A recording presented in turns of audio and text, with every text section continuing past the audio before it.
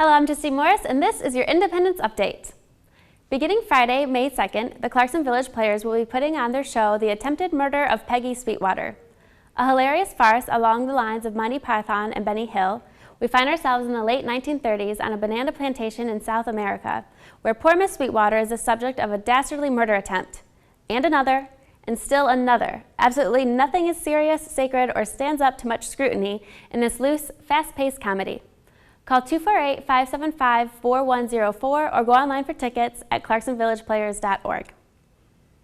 Come out and join the community for the annual Walk and Roll for Scamp on Sunday, May 4th. As Scamp's oldest fundraiser, the Walk and Roll makes up roughly 1/4 of its fundraising total. Walkers of all ages seek pledges for this activity. You can pledge online at clarksonscamp.com or call us at 248-623-8089 for a pledge form. The event this year is located at the Clarkston Junior High track and field for 1, 2, or 5 mile route.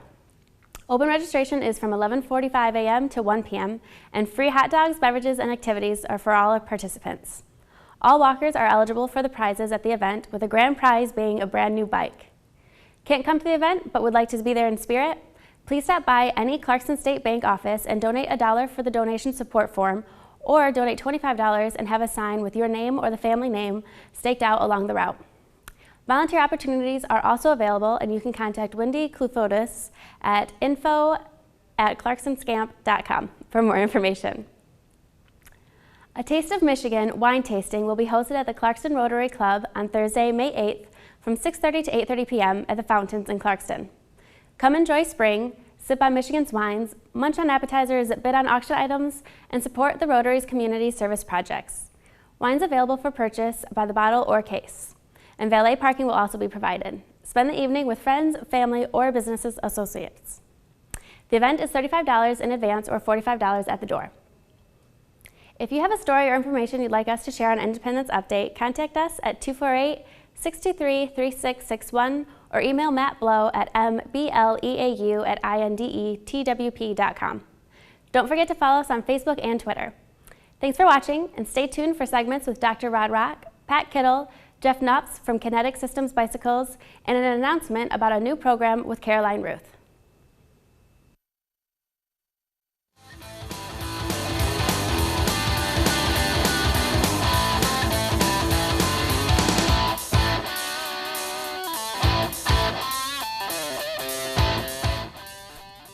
All right, we're here with Dr. Rock for our segment, The Thread. Thanks for joining us again. Thanks for having me, Justine. Yeah, would you mind sharing with us some of the recent achievements that students had and some upcoming events? Yes, I'm glad to talk about some great things that are happening in Clarkston.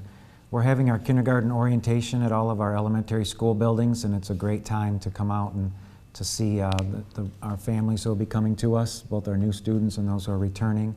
See those little 5-year-olds and how excited they are to be in school, to give them an opportunity to ride on the bus, and for their parents to hear about school and curriculum. And our parents and our teachers and all of our staff do a great job. So such a big choice that parents make as to where to send their children, and we feel very responsible, and it's a great opportunity for us, also a tremendous responsibility to make sure those kids have a great education. So we're welcoming our new families. If you have a child who's of that age, please contact your school and your neighborhood, and make sure you get over there and learn about those opportunities. And we also have the Poetry Slam here at the high school that's coming up on Friday, and our students send in submissions, and we have about 30 students who will be sharing their original poetry. We look forward to that. On Saturday, we have the Keygen Race over at the junior high. And I'm going to make an effort to get over there and try to run. I think it's a 5K, see if I can make it. And it's a great event for in honor of a former teacher from Clarkston who made a lot of difference in people's lives.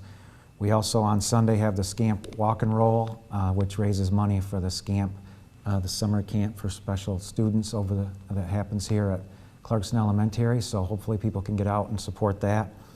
I've heard that Detroit Voice is performing on Friday. And they do an awesome job, and if you get a chance to hear them, you won't want to miss it. We have many students from our elementary schools who have participated in PTA Reflections, which requires them to do some writing to submit a dance or some artwork around a particular theme, and our students have done an outstanding job. I understand that 19 of them are moving on to the state competition, so I want to congratulate them and all the parents. Team Rush, we had Cam Razdar here a week or so ago, and Cam talked to you a little bit about the award he was up for, which was the Dean's List, the World Robotics Competition, and he was one of 10 students to receive that award, and we're very excited for him and all of that this will mean for him, and he was required to take a test and submit some things and do a presentation, and we're very, very happy for him. And of course, Team Rush won the Chairman's Award, which is the highest award you can win in robotics, which deals with showing a video that the students put together, all of their community service, their pit, where they show all the different things that happen with them, their advocacy in Washington, D.C. It's the highest award you can win, maybe one of the biggest accomplishments ever in the history of Clarkston schools in terms of a world championship. Over 400 teams competing. Their robot finished top 8 in the world, and it's an amazing year for them, and I'm so happy for Kyle Hughes and all the mentors and everybody who contribute to that. So just amazing things that are happening here. We had junior high solo and ensemble along with the middle school. Shelley Rowland is Teacher of the Year. She's a music teacher at the middle school, and she'll be receiving an award in Kalamazoo here in a couple weeks. And I look forward to going over there and seeing that. We had a lot of people come out this Sunday to help clean up our schools from the different churches in the community and volunteer and put together food, lunches and food for people all around the world. So just so many amazing things going on here. Right, and amazing people too. Incredible people, like. absolutely, Yeah. yes. Mm-hmm. Now I heard you did an expo video. Yes. Can you share a little bit about that, as well as like the vision that you talked about and the strategies? Yes, thank you. Mm-hmm. We hosted an event here about 2 weeks ago that we talked about with the Chamber of Commerce, and I had an opportunity to talk about my vision for the students and how I want learning to feel here in Clarkston. And you can get a copy of that at the school district's website. It's about 25 minutes long, and I would invite you to watch it and to hear what I was thinking about and our ideas for how we want learning to feel. And I'd love to have your feedback and to look for additional information that's coming out from that. I know last week I talked a little bit about some of the authors and thinkers who have influenced my thinking and my leadership. And we really are trying to be a learning organization and constantly learn. We talk a lot about student achievement in terms of test scores, and at the same time, our students are making our amazing achievements, like we talked about with Team Rush and their performances with the plays, all those things that students really grow into. I was talking to some of our kindergarten parents who will be coming to us, and I share the idea about the red thread with them and the connections that we make. And I'm also thinking about, sometimes we think of learning as a race, as in my child's 5 and he or she's going to kindergarten, and I need him to learn to read and to learn to write and to learn all the math facts and to learn and to sort of compete against all these other children. And we keep measuring kids against other children. And I'm thinking about the individual child and what an amazing creation that is of a child who comes into our world. And it's an individual. There's only one, and I know I've talked about this before. There's only one child. And the parents give that child a name, and that's who the child becomes, always that same name, if it's Justine or if it's Rod or if it's Preston or if it's Cam or whatever the name is, that's who the child is. And they have their own characteristics, their own talents. And was thinking about myself, and about 8 months ago I was pretty out of shape. I was about 40 pounds heavier, and I wasn't very thrilled with how I was looking and how I was feeling. And so I decided to start exercising, and I was riding my bike, and I went on a ride, and I was coming back and I was pedaling as hard as I could, and a gentleman who was much older than me, probably in his 70s, he just whizzed past me. And I was thinking, oh my gosh, I'm practically standing still, and I'm trying as hard as I can, and I couldn't really measure myself, against that gentleman, how much he may have trained or what how he had grown over time into how fast he could go on a bike. My comparison was just to me, you know, what my goals are, what I'm trying to learn, what I'm trying to become. And a few months or a couple weeks ago, I had started running, and I was running down a path, and you know, I'm a pretty slow runner, and I passed a couple of women who were running, and I thought, oh my gosh, I'm making progress. And so I can't constantly compare myself to other people and feel badly about what I lack, or compare myself to other people and what they lack. It's about my individual goals. It's about where I started, where I want to finish, how I'm growing over time, the work that I'm putting in, my effort, my tenacity, my grit toward it. And that's the same kind of thing I'm thinking about kids. It's not we measure everybody and we're going to compare them all the way through their educational experience. It's here's a child who brings tremendous gifts, attributes, characteristics of personality to us. We get to know the child personally. We have a relationship. We know what they love, their proclivities, the things that they're interested in, their dreams. And then we help them along the way grow as readers, as learners, as thinkers, as scientists, the experiences that they have. And then you watch a child from the time they're very small and they're 5 and we ask them to line up on the line and they don't know what a line is or what line up means. And then they grow into these people who walk across the stage at DTE when they're 18 and they have so much growth in that time. It's incredible.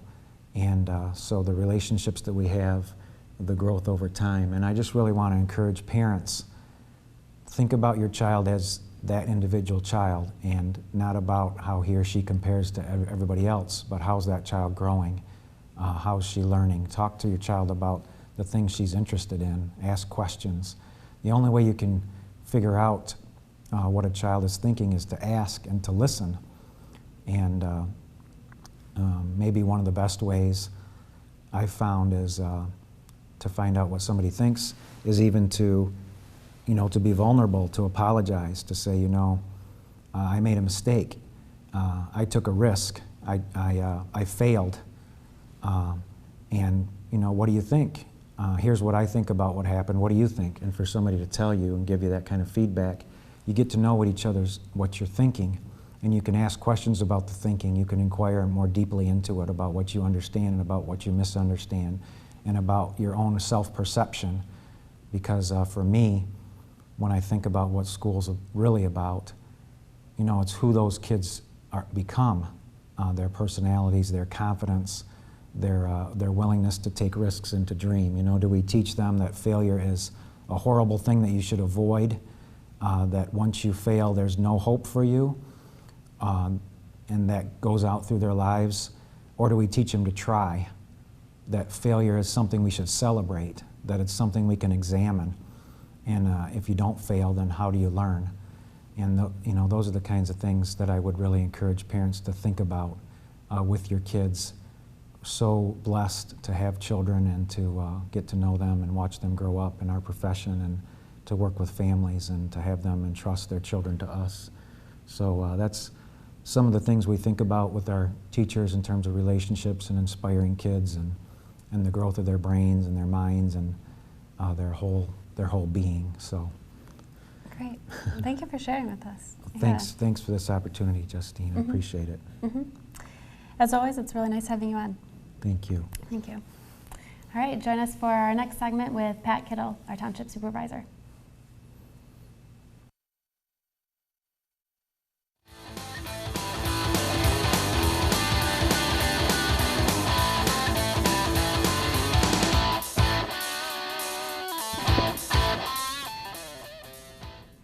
With us now is Pat Kittle, the Township Supervisor. Mr. Kittle, I am seeing giant weeds everywhere, towering over my head. What is going on?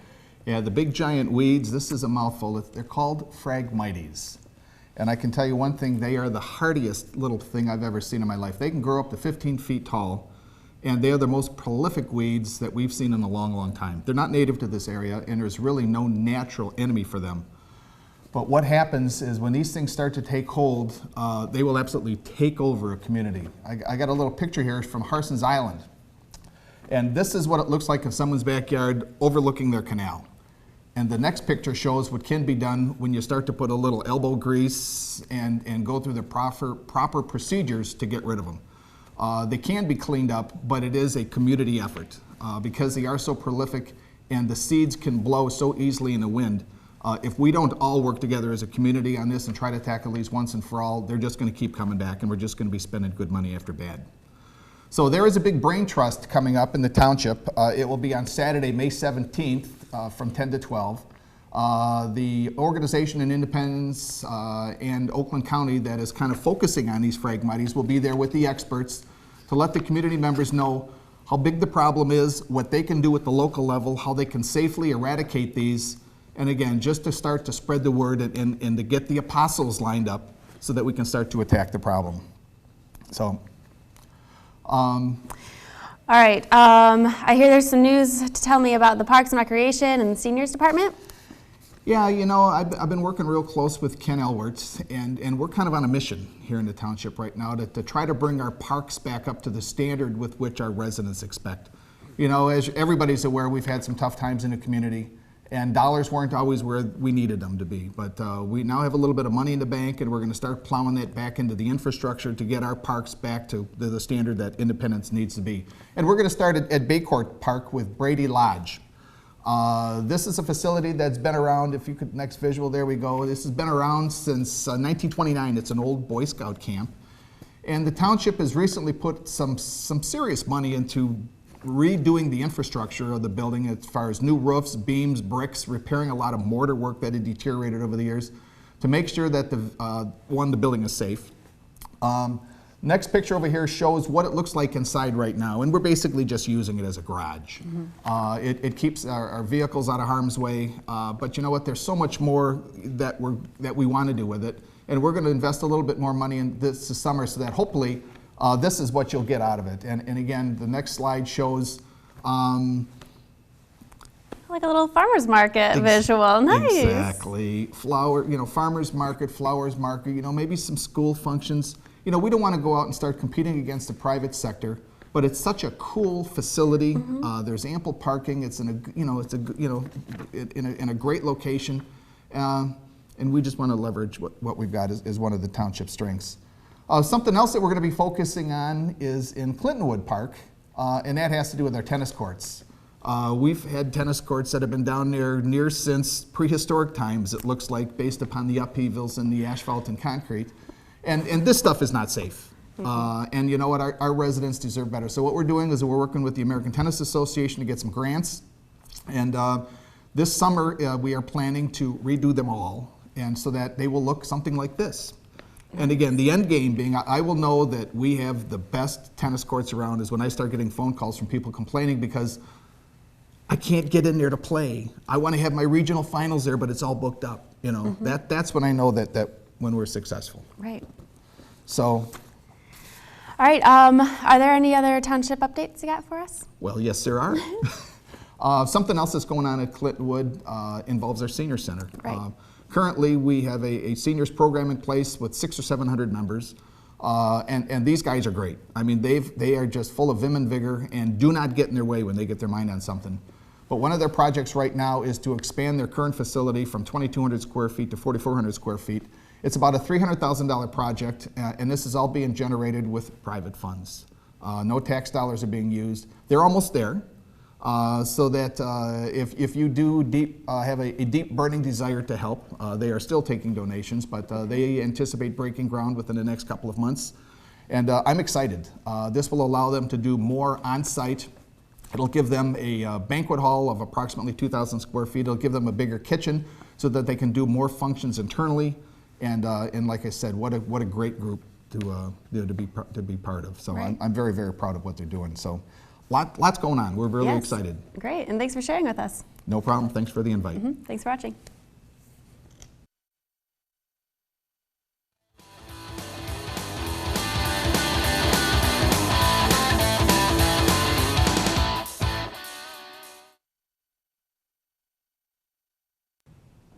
Jeff Knotts and Louise Castle moved Kinetic Systems Bicycle Shop to downtown Clarkston in the mid-'80s.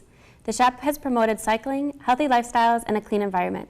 It's common to see Jeff and Louise helping community members with recycling, supporting organic farmers' food distribution, or collecting old bicycles for donation to children in need. Kinetic Systems is a perfect example of how local businesses in Clarkston go far beyond selling merchandise to make our community a great place to live. Jeff and Louise also started the FRCC in 1982 as a racing-oriented club with members who rode and trained together because they loved cycling. Today, the club has retained those original components but has grown into a well-rounded bicycle community that promotes cycling at all levels. The club sponsors several events throughout the year, including a Springback Road Tour. The Springback 40 Bike Tour is a great tour for cyclists of all ages and abilities. Cyclists will enjoy the 4 scenic routes that range from 10 to 48 miles through the dirt roads of Clarkston, Michigan. In addition to the tour, we are featuring an ice cream social to start the festivities. The tour is hosted by the Flying Rhino Cycling Club with support from Kinetic Systems, Cook's Dairy Farm, and RNC Homemade Goodness. This year's events will take place on Saturday, May 10th, 2014. And Jeff joins us in studio today. Welcome. Welcome. Thank you. Yeah, you're welcome. All right, what has been the success to the longevity of Kinetic Systems in Clarkston? Blind stupidity and ignorance. I think that's probably the. No, it's fun. Mm-hmm. You have to enjoy what you're doing, or you're out of your mind. Well, actually, we were discussing earlier. So for us, for Louise and I, it's been, we really enjoy this. It's been our passion. So what a wonderful thing to have your passion be your business. So when times are a little tough, that passion gets you through and helps you to do what we feel is maybe, you know, cross those T's a little better, dot those I's and things like that, or pay a little more attention to detail, or get more involved with the community, or, you know, just because we love it so much, you know, it's hard, you know, you do a job all day long and you kind of leave it and you're kind of stressed for whatever reason. And for us, it's like, gosh, I want to stay because it's so much fun. Mm-hmm. So anyways, I really think, in a nutshell, that's been it. We could talk about all kinds of money this, business this, blah, blah, blah. We're terrible business people, but we love what we are. We're terrible, god-awful. We don't even have a cash register, which is marvelous. You don't? No, I was hoping to die without ever touching a cash register. I'm on my way. I'll hope I get hit by a car when I leave. So it's just that kind of laissez-faire, love of community, people, blah, blah, blah, blah, blah. That's our thing. So it's really that, just having fun, like Right. I'm doing here. Right. Well, that's great. I didn't know. That was funny. Yeah. All right. No cash register. No cash register, no microwave food. We just got a computer 10 years ago. It was heart-wrenching for me. I wanted to try and get through without a computer, but in today's world, you can't. Right. But again, I'm making fun, but it's not. It's just, we're trying to catch up to what's going on, but I think with all business, it's like with you folks here. Why do you do this? What's keeping you here? It's that love of doing this and things like that. Mm-hmm. And that gets you through that, and it makes you treat the customers better, enjoy the day better, so people can walk into the store and feel like family. God, this is comfortable, and so on and so forth. Yeah. And then, so when did this club that you started, like, how did that initiate? I guess this community-oriented club. I actually haven't heard of it. And where did the Rhino name? I'm sorry. Did you say you've never heard of it? I am not a cyclist. Pox on you. You'll get hit by a car. The club started probably in maybe when we started business in '79. We were up on Dixie Highway, moved to Clarkston in '86.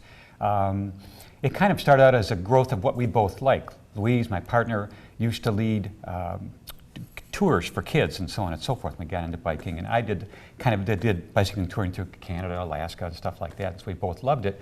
So we thought, you know, we like it. We've got the store. Customers keep coming in, but they really don't have a central nucleus of something to kind of sink their teeth into. So we started the club initially, because back then it was more of a racing organization, and it's kind of ballooned from there into, you know, touring, casual, catatonic, nuclear, national caliber people, things like that. I actually, humility aside, because I have no humility, I was a national team coach for 2 years, and then I coached professionally for 4 years. And just, we loved that stuff, but we also loved the low-keyed stuff. And so the club kind of started there and went from there. And it started with exactly 8 people in, I think, 1980, 81. And now it's close to 300 people. Wow. Yeah. So pox on you for not. Yeah, I know, right? Okay, tell me about this Springback 40. The Springback 40. Yes. I keep thinking of a spring, but it's not a spring. It's a spring as in weather. It's an event we've done. We actually do 3 of them, count them, 1, 2, 3 of them a year. And they're really a gravel road family get-together ride tour. And we do different distances, so somebody very casual, very low-keyed can get in, gosh, I don't want to do a big, fine. We've got a very low-keyed kids kind of thing, intermediate, and so on and so forth.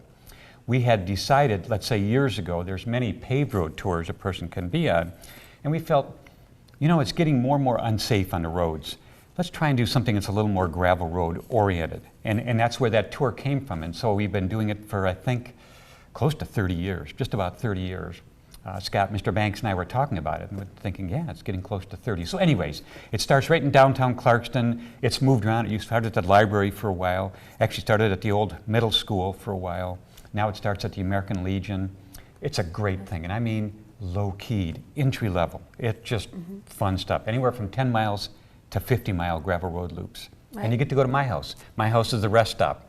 Oh, so, yeah? Yep, in my backyard, I have a big tent, food, refreshments, blah, blah, blah. People ride in. I let the dogs on them. And, you know, give it. Now, you talked about safety, and that's why you moved it to the back roads. Correct. Okay, what would be something that the community should know, like us drivers? You know, how should we approach a bicyclist? Yeah, it is. It's a two-way street. I mean, the cyclists need to be aware of things and motorists need to be aware of things. And I think the biggest thing motorists need to realize is that if you do something stupid on a bike, you're not really going to harm somebody else. You're going to maybe harm yourself, but you do something stupid in a car where a bike is involved and you can really injure somebody very severely.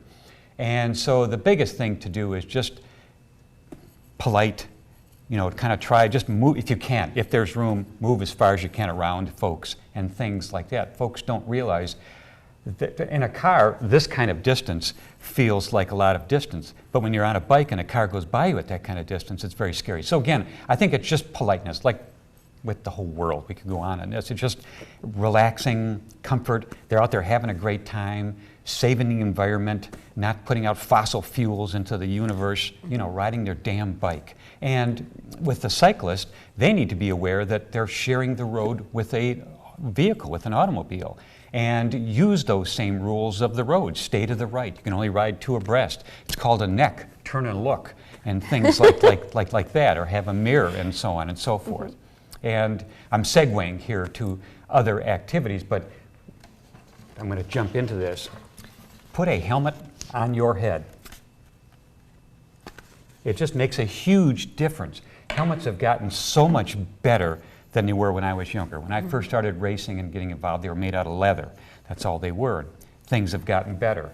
People need to, even in, I don't know if I'll be able to click this on, hopefully I can, but because I'm under the gun, I can't click it on. So there's a button on here. Let's take 10 minutes while I decide. Let's pretend that there's a flashing light going on here. Can everybody see that flashing light?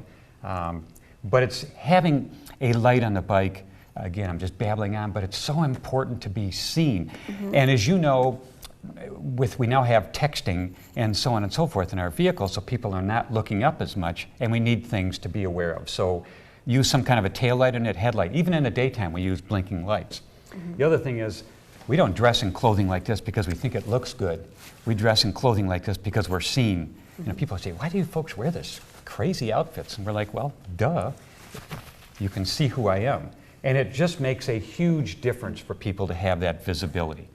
And the same with the back 40 tour. We do, and that's great, but we get a lot of people with, you know, bland, dark colors, and it makes us a little nervous. So again, for motorists, just be aware that there's cyclists out there, runners out there, walkers out there, dogs out there, and just that kind of politeness and giving everybody, sharing the roads, you know, with everybody. And for cyclists, realize that we're in this space and we need to share the road with them. Blah, blah, blah, blah, blah. That's fine.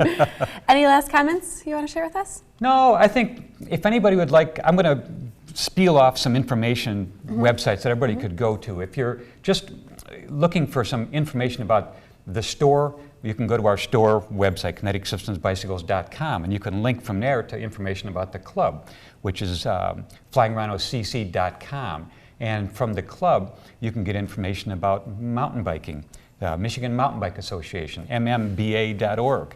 I'd like information about bicycle tours throughout the state, the LMB, League of Michigan Bicyclists.org.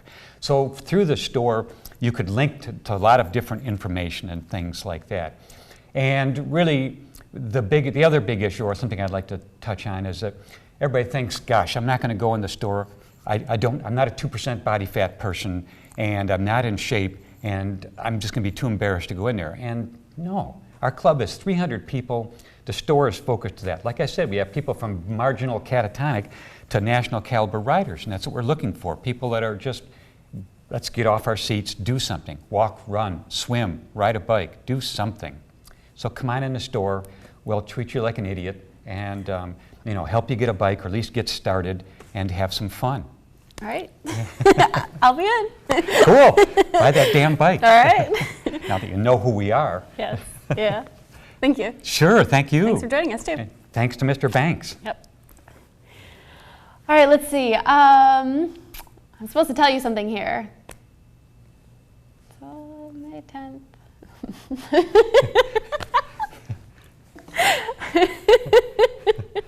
If you're interested in participating in the Spring Back 40 Challenge, you can go to Flying Rhino Cycling Club's website at flyingrhinocc.com and take advantage of the early registration discount. You can register for the ride the morning of the event, but if you would like a t-shirt, you should register early. We want to thank you, Jeff, for coming in. And we will have extra T-shirts. I think we'll have, good. because we're a little late with the T-shirts, and and that's one of the big things about it. Local, local, local. It's a local artist, local T-shirt person, local everything. Support local business, for gosh sakes. Yes. It makes a huge difference. Community. Yes. Great. Well, we hope to have you back soon. Yeah, I'll bet. Thanks. Thanks, kiddo.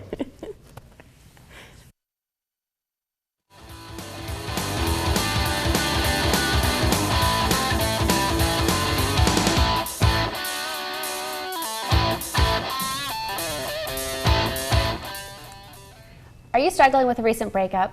Has your partner not been as tentative lately? Would you like to say things to them and you're just not sure how to say it? The truth is, singles and couples all over the world are experiencing many of the same relationship problems, and we've been working hard on a solution. Introducing Caroline Ruth, creator and moderator of the relationship and dating seminar event, What Men Want, comes her brand new talk show, Language of Love. Join her during this thought-provoking, open dialogue as men and women explore the world of dating as they seek to find, fix, and sustain lasting relationships. Local residents are invited to come out to our casting call for this brand new out-of-the-box show hosted by Independence Television. We are looking for interesting people who want to talk to us about their experiences with dating, love, and relationships, and share all the fun and drama that goes with the territory. Auditions will be held at Independence Television Studio later this month and are open to anyone over the age of 18 regardless of gender or sexual orientation. Be prepared to tell us a little bit about yourself and the reason for wanting to be a guest on the show. All auditions will be recorded for our selection process once the auditions are completed. We are looking forward to meeting you at the Language of Love casting call for our first 4 episodes.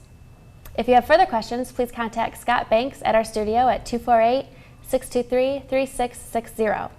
Now, let's speak with Caroline, who's actually with us in studio today, to find a little bit more about the show.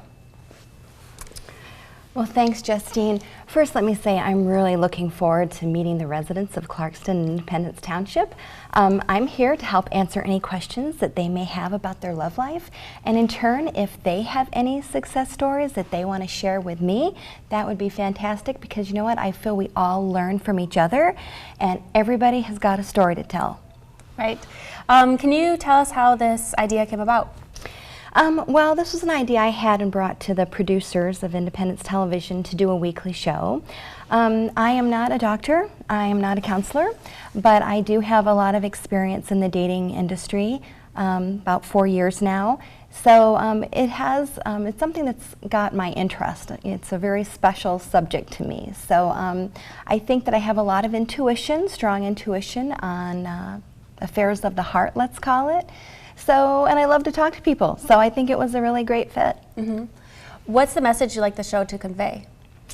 Well, I think that the general message is that we want people to know that they have someone to talk to. A lot of people don't, And so, you know, I want them to know that they can come to me, ask me whatever questions they have, and I'll do my best to answer them with some honest opinions. And even if they do have someone to talk to, maybe they're not quite comfortable divulging all their relationship problems to that person. So I feel like we're kind of a good middle ground for that.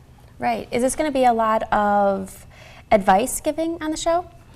Well, it will be mainly that, but we also want to do some fun segments. So something I'm thinking about is the do's and don'ts of the first 90 days of a relationship, you know, because that's kind of pivotal, those first 90 days. Okay. And then another segment we're thinking about is, you know, where to take a date on your first date. This is kind of a daunting problem for guys because they meet someone and they're like, this is the girl of my dreams. Now what do I do? You know, so it's kind of a make or break deal. You know, you only get that one chance to make that first impression, as they say. All right. Yeah. Are we going to be doing any fun segments on the show? Well, another fun segment that I had in mind is about deal breakers. You know, you always hear about the deal breakers. So, especially with first dates. But I think I'd like to do one kind of like across the board for all dating and relationship situations. Well, great. I would like to hear that one. Yeah. All right. Let's see. Anything else in closing? Well, you know, this is going to be a community-based show, so we definitely want feedback. So I would encourage all of our family audience members to, you know, ask us what they'd like to see. We can do some research on some things, and we can also, you know, whatever suggestions they have, we'll try to air them. We'll try to do a show according to what they want to hear. Right. Great. Yeah. Well, I'm looking forward to this. Yeah, so with that said, I'm hoping that everybody will come out to the casting call, which will be determined soon. And everybody's looking for love, so let's start feeling the love. All right. Great. Thank you. And thanks for watching Independence Update. I'm Justine Morris.